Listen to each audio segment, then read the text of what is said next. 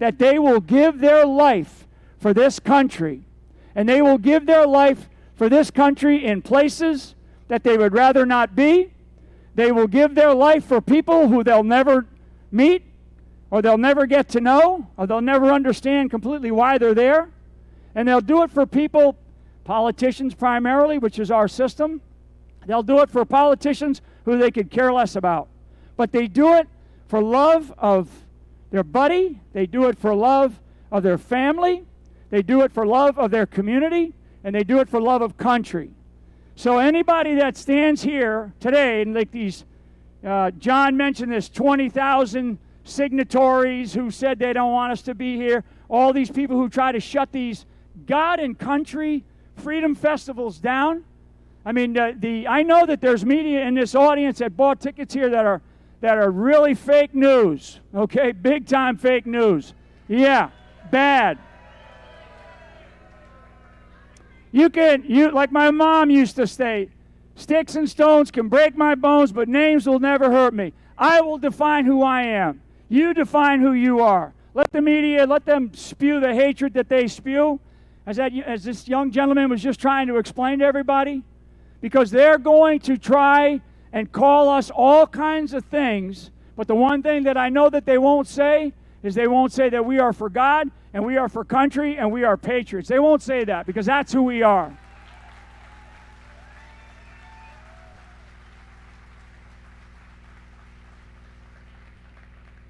I met two Gold Star family members last night. Okay, most people don't know what a Gold Star is, right? A Gold Star is somebody that wears a Gold Star lapel on their jacket or their dress. That Gold Star signifies that they lost a loved one who sacrificed their life in combat for our country. So I met two last night, and one was a spouse. So that means that she lost, in this case, she lost her husband. She lost her husband in Iraq in 2007, and I believe his first name was Alan. I won't say the last name, but Gold Star. So that's somebody, and the parents that I've met that are Gold Stars, because there's Gold Star associations. There's one here, I know, in Texas. It's a really good one. But this is somebody, a Gold Star recipient, unlike a person who comes back wounded in war, which is devastating in its own right. But this is somebody who goes off to war, and as I just explained, are willing to give their life for our country, for you and I, for us to be able to do exactly what we're doing. And the Gold Star, just as if nothing more than an education, came after World War I. World War I, when our country was flowing people over to Europe to fight the Huns at that time in World War I. Well, the moms decided, you know what? We're going to start hanging blue stars. We're going to start hanging blue stars outside of our windows to signify that my son, primarily my son in my community, is going off to war to fight for our freedoms. That was World War I. And then suddenly what happened was, when everybody started to get killed in action in World War I, which was a devastating war in and of itself, then one of the moms decided, I'm going to turn that star into a Gold Star. And that's the founding of the Gold Star Association and the Gold Star commitment, not to that wife, or not to that mother or that father or that aunt or uncle, or not to that grandma or grandpa. That's the commitment to this country. Because those are primarily young people between the ages of 18 and 25 years old with all kinds of life ahead of them. So when people come up to me and tell me how sorry they are for the way my government treated me, I say, don't feel sorry for me. Don't feel sorry for me. Feel sorry for our country, that our country's in this state of disrepair right now. And I want you to think about, particularly on this day, but we should be thinking about these people every single day of the year because of what they did, what they sacrificed for our country. They sacrificed their very lives. They sacrificed their sons and their daughters to go off, like I said, to places that they'd rather not be, and they gave their very life. They gave their very life. As Abraham Lincoln said, in a very famous address, he talked about something called the last true measure of devotion. The last true measure of devotion is really, that's it. It's the last true measure of devotion. And you are about to die for your country because you believe in these things right here. These two things right here, God and country. God and country. So for every person serving in the military, for every veteran in here, I want you all to stand up right now and give them a big round of applause.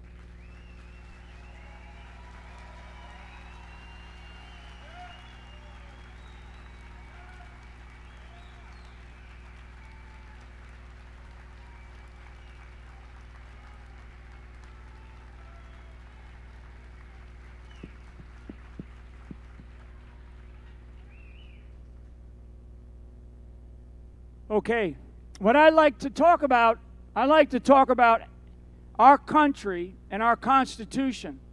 And I will tell you that because I'll say some things at the end here about some of the people that we've seen walk the stage here today. But I think the big message is this is a different time. This is an unprecedented time. I mean, you heard Sidney in her conversation with Doug Billings, talking about the what ifs. What if this? What if that? We are not in normal times, okay? And for those in the media, and I will call you out because I know exactly what media places you are from, and it doesn't bother me. But this is not a conspiracy theory, okay? This is not a conspiracy theory. I am not a conspiracy theorist. I base my life on facts and judgment and what I believe is right for this country, period. That's it. I don't care about, I stand up here and I know there's a couple of young kids in here today, and I normally like to bring up some of these young people on the stage because all the people that I'm looking at that I can see through these lights here, most people are middle-aged, my age, right? And I'll tell you what, that's not why we're here. I'm beyond the nonsense stage of my life. We are here because of these children. I have grandchildren.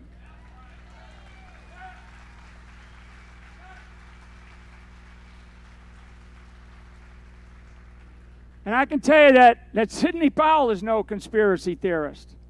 She is beyond passionate. She is so determined for this country and to make sure that what is right comes out. And the one thing that the two of us know and the people of my family know is that the truth will come out.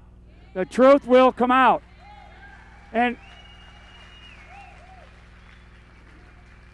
they are so afraid of the truth. They are so afraid of the truth coming out.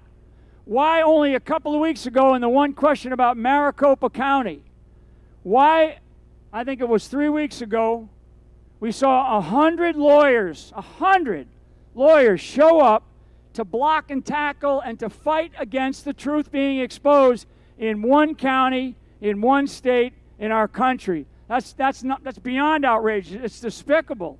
It's anti-American. It's anti-American. If their guy, and I'll use Doug Billings' phrase, if Administrator Biden, right? If Administrator Biden, Doug Billings likes to use that word and that phrase, and so if Administrator Biden won, what's there to hide? What's there to hide? What is there to hide? And as we all believe, and as has already been highlighted on this stage, this is not about Donald J. Trump. This is about the United States of America.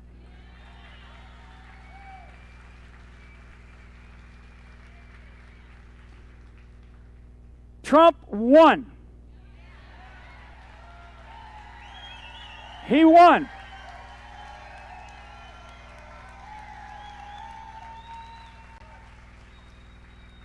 He won the popular vote. He won the popular vote, and he won the Electoral College vote. Now, so what happened? What happened? Well, I'll use a military term. We were outmaneuvered. On the 2nd of November. On the 2nd of November, there were legions There were legions of lawyers on the Democratic side. Legions. Where was the Republican Party at? They were nowhere to be found. They were MIA. They were MIA. On the 4th of November, those legions of lawyers began to deploy, and many of them were already deployed around the country. They were already deployed around the country. Anybody that's been switched on, paying attention, watching everything, and looking at the facts and making your own judgments, those lawyers were deployed all over the country, and they didn't have to go to all 3,400 counties in this country, 3,481 counties in this country. They only had to focus on about 6, maybe 7, 8 if you throw in what happened out in Nevada. So it was really smart, really, really smart. And we know, and I know, watching these characters for all my adult life, we're not dealing with people who believe in either of these things right here, in God or country, and then that country is a constitutional republic called the United States of America.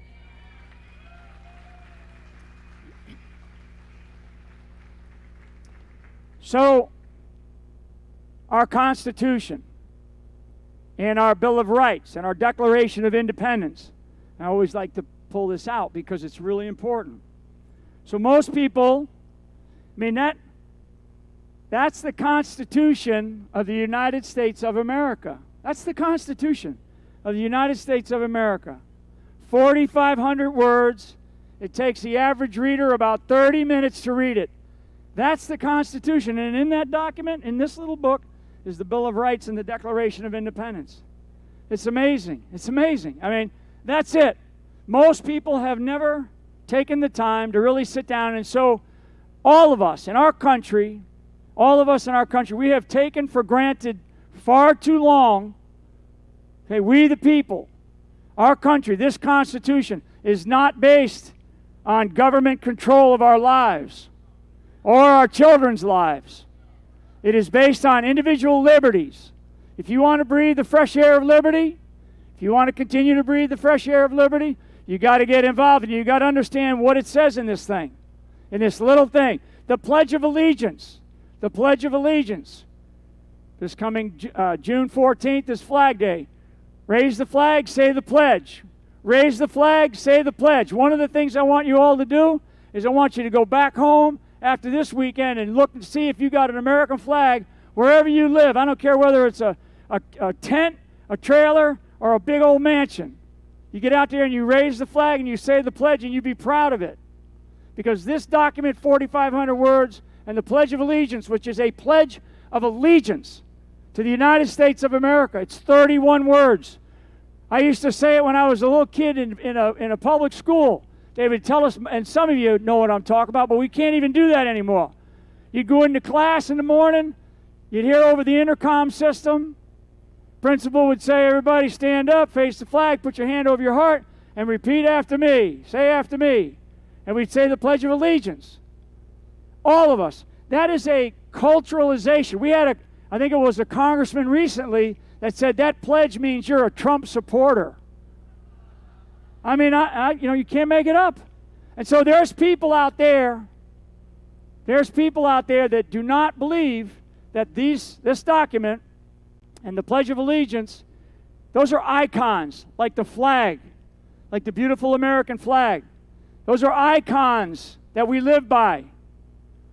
And when we talk about God and country, and you read the founding fathers of this country who wrote the Constitution, they didn't come in one Friday night and have it done by Monday morning.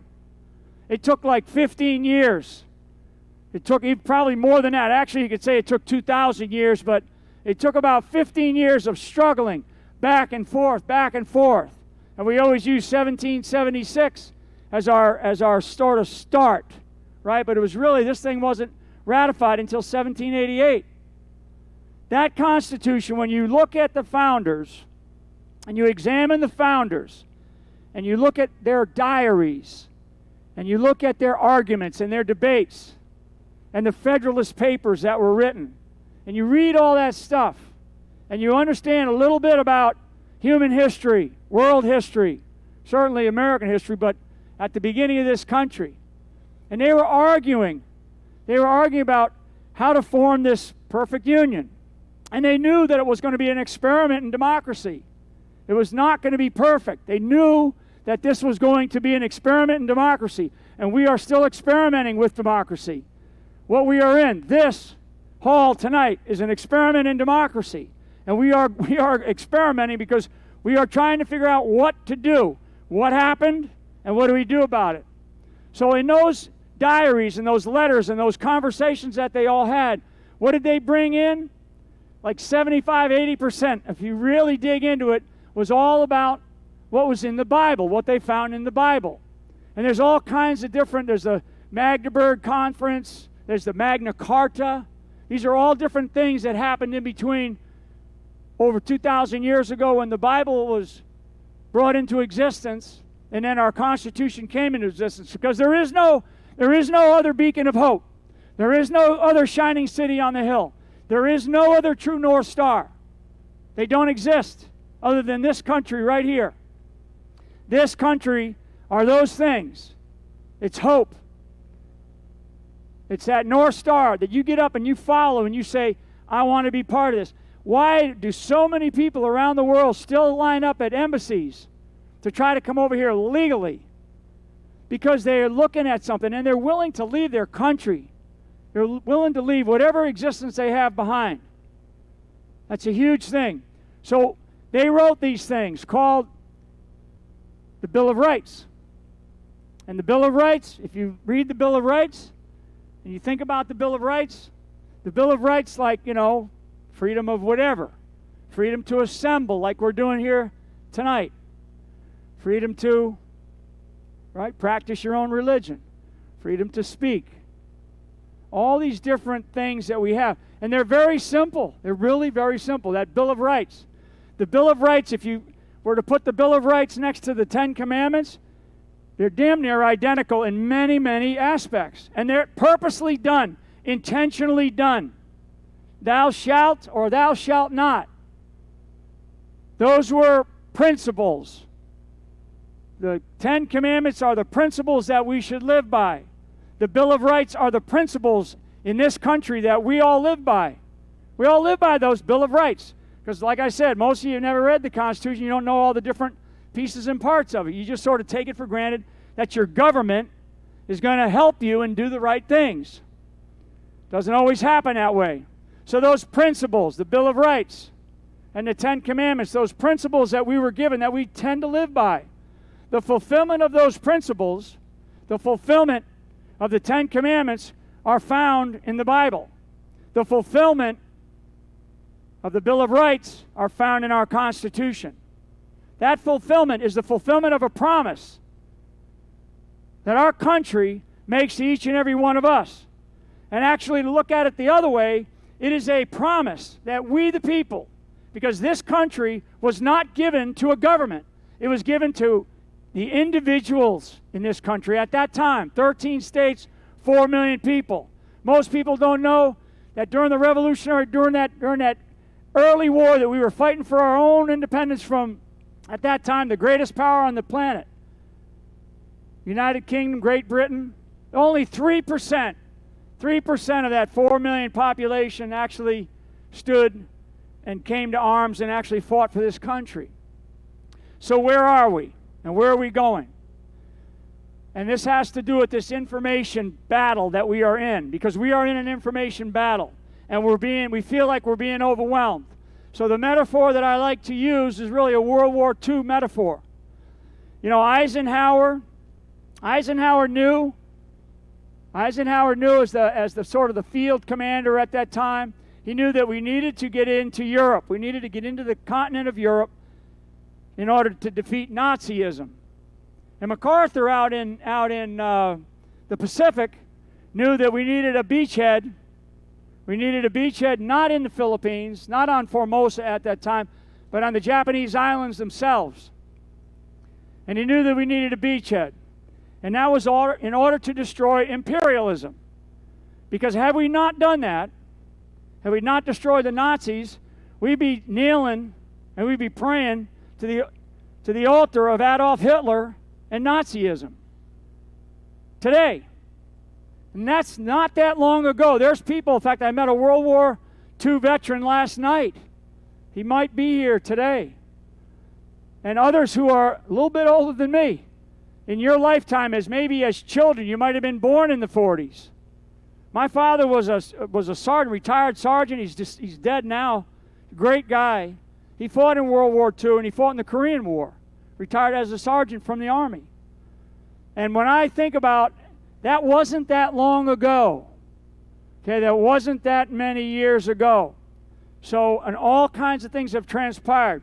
So those beachheads, we knew we needed those beachheads. We needed one in Europe, and we needed one on the Japanese islands. Big plans, lots of things, lots of thinking, and years of fighting, right? A couple of years of fighting for the Europeans and for all the people out in the Pacific. They were fighting for 10 years. Our fight in that war, in World War II, is really about 2.5, maybe 3 years of incredible fighting, Omaha Beach in Europe. Omaha Beach, the first day, Omaha Beach, 5,000 were killed in action on the beach. Okay, 5,000 were killed in action on the beach. So what does that have to do with information warfare? We've been getting picked off from the social media tech titans left and right. I'm one of them. The same day that they dropped Donald Trump, they dropped me from Twitter. Same day. And there's a bunch of people in here that I know are in the same boat. We are fighting for an information beachhead right now. We are fighting for an information beachhead. And I don't know where it's going to end. I don't know what is going to be the outcome. I just know that it's not just 1,500 or so that are in this room. It's hundreds of millions of people around the world who love freedom.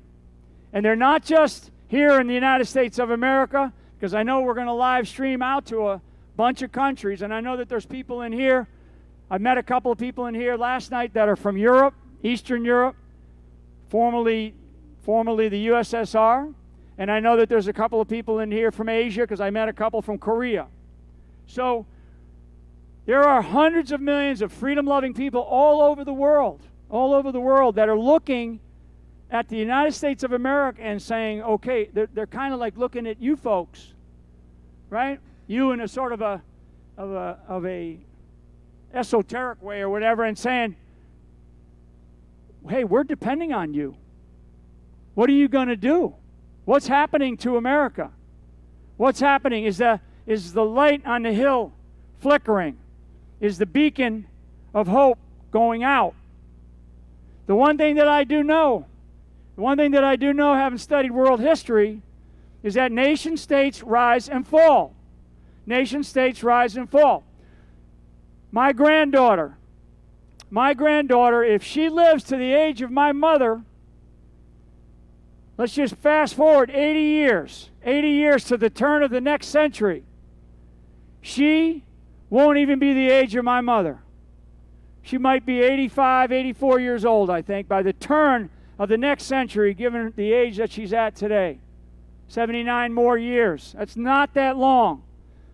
That's why I stand up here today. That's why I do what I do today. That's why I believe what we were given in this country, what I've been given in this country, all the stuff that, God, the persecution that my family and I went through, because I always say that there's one thing that's far more important than freedom, because they can take your freedom, and for anybody that really understands all of the various biblical people that are talked about in the various stages of the development of the world, really back then, they would take away the freedom of somebody. Jeremiah is one of them, just to use it as an example.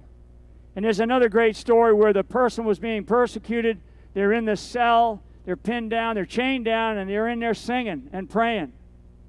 The one thing more important than freedom is our faith. Is our faith in God. And I would thank you, that's right.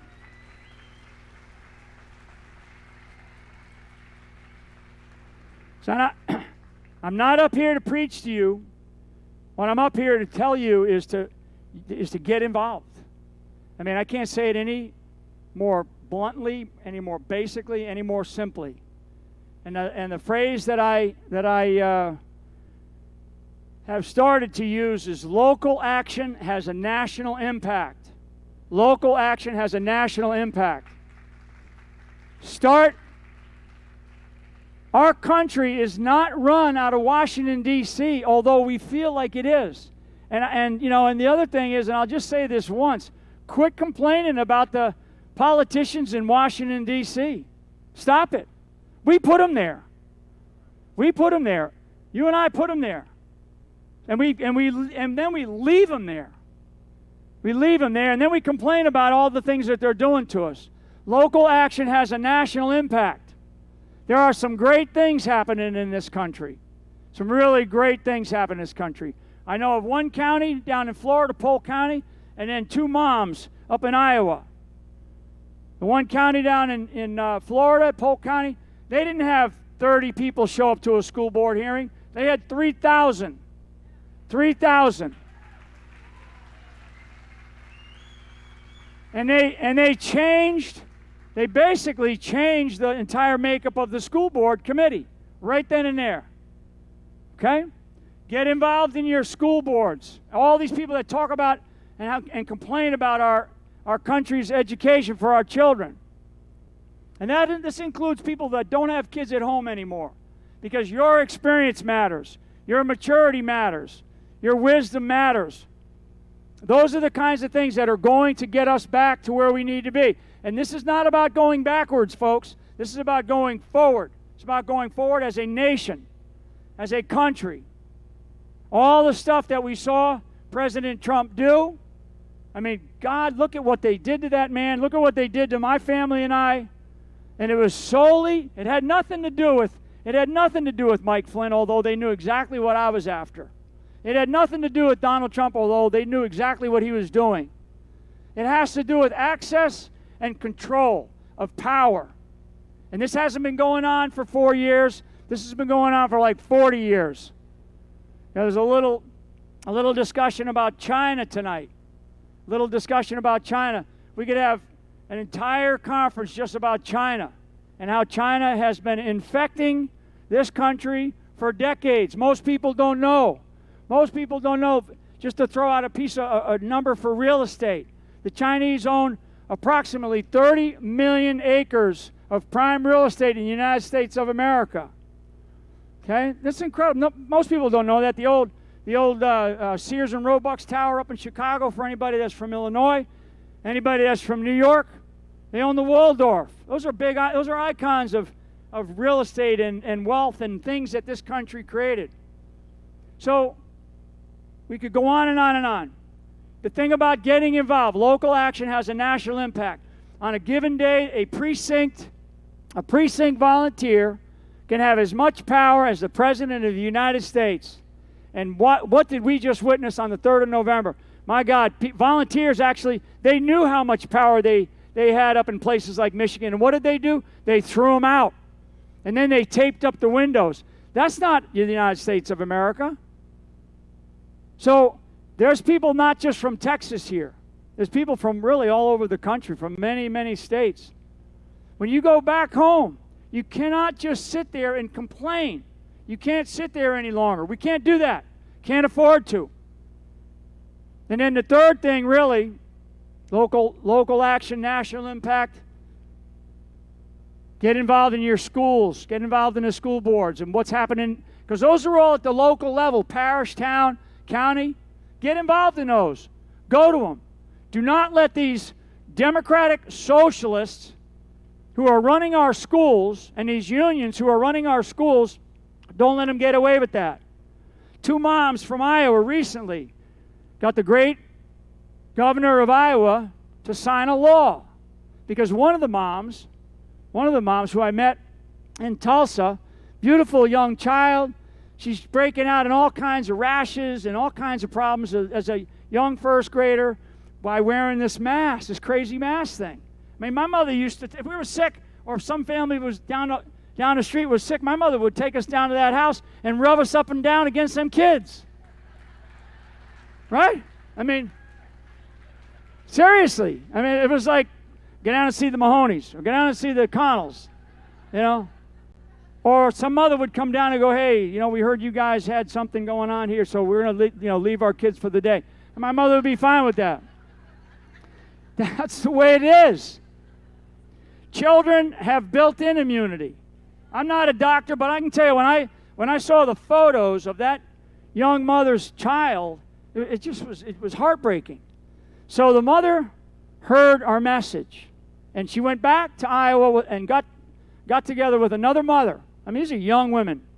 And they got fired up, and they said, we're not going to give up. Why? Because we have children, and we're trying to protect our children. Basic things, basic sort of life principles. And they argued, and they took it to their state legislature. They wrote the thing. They got the support of the governor, good enough for that governor in Iowa. She's enlightened, and she signed that into law. So there's a no mask mandate for all those children now in all these school systems over there. None. It's against the law. It's against the law. The third thing is to get involved somehow. And I mentioned this last night to some folks, and I probably talked a little bit about it. But I used to counsel, when I would counsel people in the military, counseling, enlisted, junior enlisted, non-commissioned officers, you'd counsel them, and I would always talk to them about, well, what do you think your potential is? Because you look at somebody and they're a lieutenant, or they're a staff sergeant, or they're a corporal, and they'd come in for something, for some reason or whatever, when all the different commands that I was involved in. And I would look at them, and I would want to know a little bit about them before you made a decision about their lives. And I would always ask, what's your potential? What do you think you can do? And it'd be interesting answers. And I was always looking for the person, because we train leaders in the military. I was always looking for the person who would intimate, or who would say, I don't feel like I'm maximizing my potential. And I would say, why not? Because what I'm saying right now is I'm saying to you and anybody else that's listening to this thing. I'd say, why not? Why aren't you maximizing your potential? Why aren't you doing more than what you think you're doing right now? Why don't you think you're able to do that? And the reason is because, well, it takes risk. It assumes some risk. It means that I'm going to have to maybe work a little bit harder. I'm going to have to go compete here, and I don't want to lose in that competition. Or I'm going to have to go take a tougher assignment. Or I may have to, and I'll tell you, a lot of that. I saw a lot of that.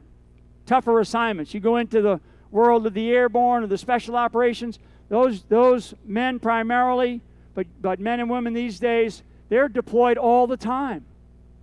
That assumes risk. So that means that you're going into places where somebody's probably going to try to kill you. That assumes risk. But why wouldn't you want to assume a little bit of risk to maximize your potential? To be better than who you are. To be better than who you are. And the reason is, for the most part, because people just kind of go, well, that's the way it is. That's the way I am. That's the way it's always been. That's the way we've always done it here. And we cannot have that attitude in the United States of America any longer. This country, you as individuals, with the individual liberties and the individual rights that you have, you need to start assuming risk for your neighborhoods, in your communities, in your towns. You have to get involved. You have to decide, how are you going to get involved? I jokingly say this only because when I was a kid, I used to have to go chase after our dog all the time, and the dog catcher would throw him in the back of his little hooskow wagon. And I say, because you got to run for dog catcher sometimes. A lot of people are dog owners. If you don't like your dog, go run for dog catcher. If you don't like who's running your school board, go run for the school board. If you don't like who's running your little town or your little parish, go get involved. And if you can't get involved, if you just don't feel like you can get involved because you just feel that lack of confidence or whatever, and I understand that with some people. I understand that. Then go help. Go volunteer. Go volunteer. Go look for things. Go look for things to do. Go look for ways that you can maximize your potential. And maybe you're maximizing your potential as a volunteer. Or maybe you do step up because people go, hey, you're a good person. We like what you say. We hear what you say. Why don't you go do something? You know how many times people have come up to me and said that about people like yourselves? And I say, well, why don't you get involved? Go get involved. This country is about local stuff. It's about local action. It's not about what happens in the Washington, D.C. and the federal government. Thank God, in this document, they gave states' rights. If they didn't give states' rights in this document, we would not be here today because this government in Washington, D.C., they would shut all this down. We wouldn't have any of this. So states are still able to get up there and argue. They're still able to get up there and argue. So the last thing that I will talk about is to kind of bring it back home for sort of from a personal standpoint. So I spent my adult life, and even as a kid, I always knew that I was going to join the Army. I always knew that I was going to join the military. And so I did. And I loved every minute of it. I go back and serve today if they would allow it or if they needed us. So I go through an entire career, good career, enjoyed it, loved every minute of it, loved the people. My wife, who's here, Lori, she's terrific. And maybe we'll get a round of applause for Lori, huh? She's over there.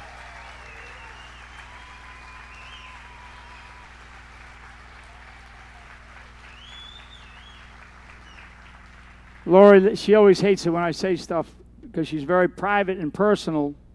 But, her and I, we've been together since we were 13 years old. So we know what, I always say now, I use the phrase, you got to like the person that you love, right?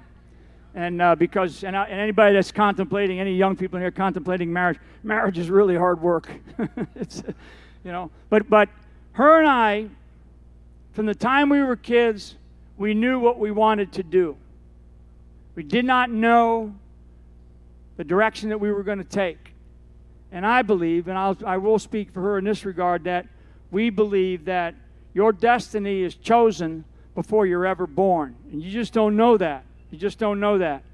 So, in the last 4 years of what, here I am trying to come out of the military, and I would have been, I was on the ABH team, ABH, Alpha Bravo Hotel team, and that was anybody but Hillary team. Okay, so for the media in here, that's ABH team. Okay, so. But I got involved in politics only because I faced evil inside of our own country. In the latter time of my time in the military, I saw the incredible level of corruption in our federal government, particularly in Washington, D.C., particularly in elements of our government. So I step up, and I really started to basically expose what was happening because we were getting ready to go into another election, and Donald Trump comes up and starts to really rise up. And all the Republicans, and they're all going to be back out there. They're all going to be back out there. None of them are worth it, believe me. None of them are worth it. That's why they're none. I talk about every single one of them. And I could care less. Like I said, sticks and stones will break my bones. Names will never hurt me. So what we have to do is we have to think about where we are. And for me, as I got involved, and I knew what I was about to step into, I just didn't know the true depth of the scheming that was going on. And like I had a great conversation with Trump a couple of times now, And he says to me, boy, you're the cleanest guy in America. And I said, no, Donald, you're the cleanest guy in America. Because they looked at every little spot of for years before, everything. Not even an unpaid parking ticket. Nothing. So they had to figure out another means to get there. And they did. So 4 years of persecution. 4 years of political persecution. And I like to use the phrase about Sidney, she's the guardian angel of American justice. And she is.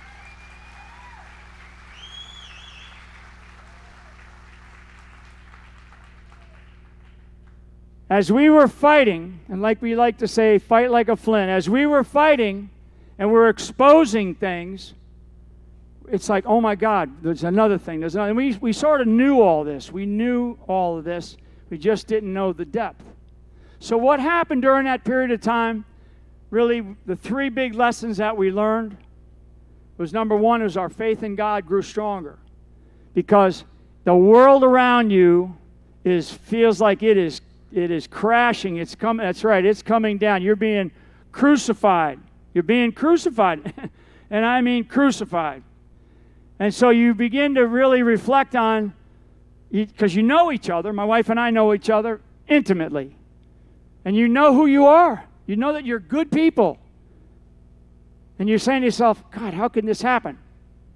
And you say, God, how can this happen? But I will tell you that faith grew stronger and stronger and stronger because it was all meant to be. It was part of this Wake Up America, as I said 4.5 years ago, on a stage. And I said, Wake Up America, because we're about to lose this thing. We're about to lose this thing. And the second thing was my family. Anybody that's met any of my brothers and sisters, and I'm one of 9, we were fighting like an Irish clan, right? You entered our little cove. We would break out the old shillelaghs, although now it's baseball bats, right? And if you were going to come at one of us, you were going to come at all of us, but particularly my wife and my children. I have children, I have grandchildren. Think about that. I've had a son recently returned over in Korea for 4 years. 4 years. With his wife and grandkids. They don't care. Doesn't matter. My entire family's legacy is all about military service since we came over to this great country well over 100 years ago. All about service to this country. They don't care about that. It's all about power. But family became intricate to everything that was happening to us. And falling back on family and praying together and fighting together. In the message world, in that digital world that we were in this information beachhead that we must take. Don't worry about getting picked off on Omaha Beach or whatever digital battlefield you're on, whatever digital beach you're on. Maneuver, right? Outsmart them. Figure out how to get up that hill, because the men that fought on that beach that day, they did. 5,000 dead on the first day. And we ended up taking that beachhead. It took us 5 days, but we ended up taking it. So to stretch that metaphor, we have to take this information beachhead, because that's the battlefield that we're fighting on right now. Trust your instincts. Trust your heart. Sometimes don't listen to your head. It's like, you say the phrase, a woman's instinct, right? That gut feeling. The hair in the back of your neck goes up.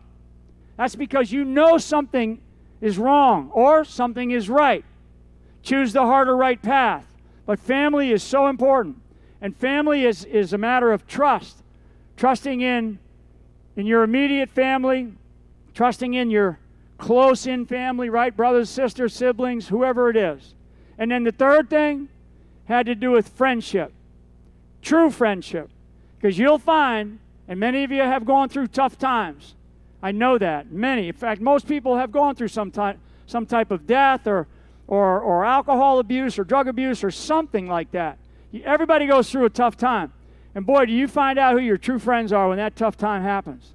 You really do. You really do. And we did for all the years I served in the military. You really find out. The one thing that I learned about the American people, they became our true friends. And they became, thank you.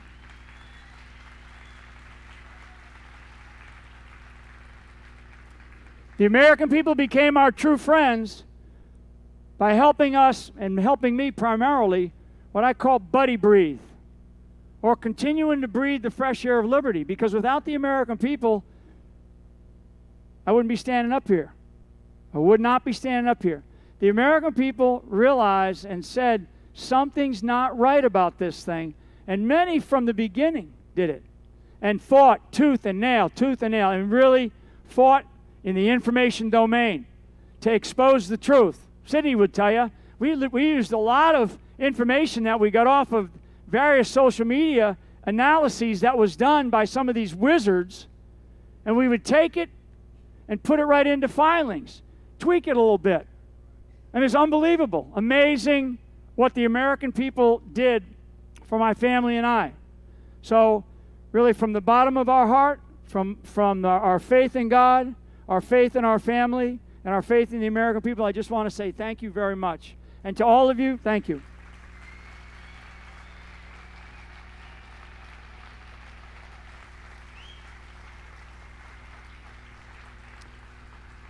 And I'm gonna wrap up by just saying that get involved. Do not walk away from this occasion, this Memorial Day weekend, which is a really important time in our country. Don't walk away from here without thinking about, wherever community you go back to, what is going to be your role? What are you going to do? Okay? So God bless each and every one of you, and God bless America. Thank you.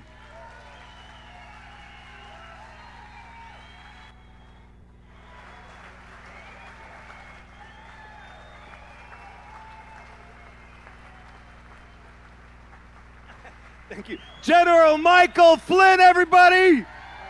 Did he? No, I